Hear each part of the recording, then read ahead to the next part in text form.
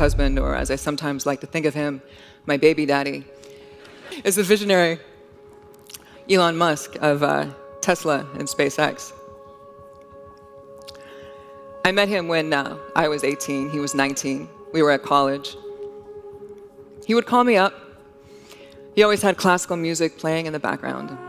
And he would ask me out, and I would say no.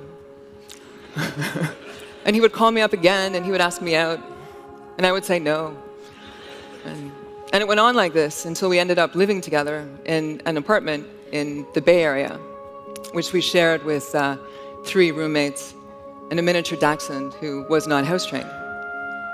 And by the time we divorced, we were living in a house in Bel Air with no roommates and a miniature dachshund who still was not house-trained. So it's a really funny Simpsons episode. Elon has this meaningful relationship with Homer. It's very bromantic. And at one point, the Smithers character says to another character that somebody like Elon must have a darkness in his soul. And as a dark fantasy writer who's had novels published by major publishers and stories and anthologies and has a blog, this line leaped out at me because I actually think a lot about creativity and darkness and the larger-than-life nature of these people that we call visionaries and geniuses, or as my son likes to say, genii. And darkness does not have to mean evil. You know, it can refer to anything that has not yet been brought out into the light, that lives in the space beyond boundaries, beyond our comfort zone, where a lot of us do not want to go. The writer Lucy H. Pierce has a quote that I like a lot. She says, "As creatives, our job is to uncover what lies in the darkness and give it new life, new identity." And I realize that artists and entrepreneurs are a lot alike, and that they are both obsessed with creating something out of nothing, with pulling value from the dark. So when I was preparing this talk, I said to Elon, so do you have any advice that I can maybe give to bright young things in the audience who might want to grow up to be you one day? And he did say something which I'll get to at the end, but he also said, I don't know if they would still want that, if they really knew what it's like to be me. And it made me think that before we call these people visionaries, before they have that kind of success, we have other words for them. We call them, geek, or outsider, socially awkward, weird, a little different, odd one out. I'd been friends with one person for 10 years before he told me that when he was a kid, he hated going to school because the other kids liked to follow him home and they would throw soda cans at his head. So he sought refuge in computer games, which got him into coding, which led to the creation of his first company, which he sold by the time he was in his mid-20s, so, nobody is throwing cans at him now. During my years with Elon, I became familiar with a distinct and deeply tribal mentality known as engineers. And once when my dad came to visit, I was taking him to see Elon at Elon's first company, Zip2. And we were crossing through the office park, and we saw these lanky dudes in jeans and t-shirts, and they were racing these remote-controlled contraptions around the parking lot and banging them into cars. And my dad said to me, "Oh, are these the children of the engineers?" And I said, "No, Dad, these are the engineers." And when Elon and I would travel, and we had to fill out those forms at customs that wanted to know your occupation, Elon never wrote down CEO or King of the World or Studley International Playboy. He wrote engineer. And he wore jeans and t-shirts to work.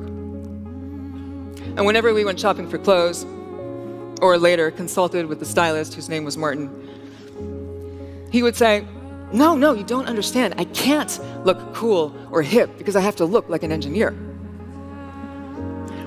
And one of the things that he told me although I don't know if it's as true now as it was back then, was that engineers could not quite figure out why it was that the suits made the big money when it was the engineers who actually built the stuff that they were selling. And meanwhile, the suits would listen to the engineers talk and they would have no idea what they were saying. And that's when I realized that Elon was somebody who had learned to speak both languages. And he could move between the tribes because he was an engineer in a suit. And he brought together worlds. And this is what an engineer does. I mean, this is what a visionary does. They not only create something new, but they become the living embodiment of it. They don't just tell us a new story. They are that story. And soon they don't even have to open up their mouths. They just walk into the room.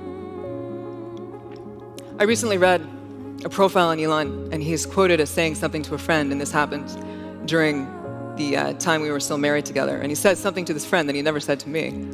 And he was saying that he was prepared to sacrifice everything, his entire fortune, to get a rocket into orbit. And he said, I don't care if Justine and the kids and I end up living in Justine's parents' basement. I'm going to make this happen.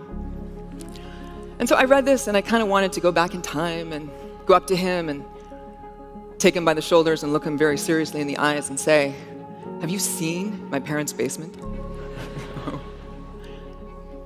So I'd like to wrap up by getting to Elon's advice, which is to always go beyond memorizing formulas, passing tests, to always go deep into the underlying principles of a subject, to track any problem down to the root cause buried in the dirt and the dark. And I would add to that and say, be brave enough, be bold enough, and be insane enough to see things more completely, more vividly, more fully than everybody else around you. And refuse to look away from what you see and what you know, even if people want to burn you at the stake.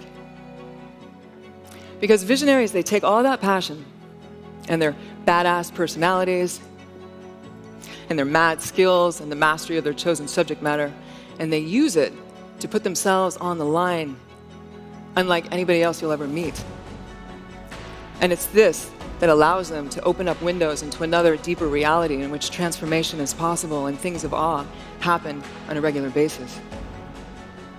Because in the beginning, we don't trust them because we think they're crazy, but by the end, we trust them because we know they're crazy. They're crazy enough to accomplish anything and risk it all in order to bring us something new to believe in. They might make lousy husbands and terrible wives. They might be the friend who never sends you a birthday present and forgets to show up for coffee. But they bring light to the dark, and they show us the universe. Keep the channel open. Thank you.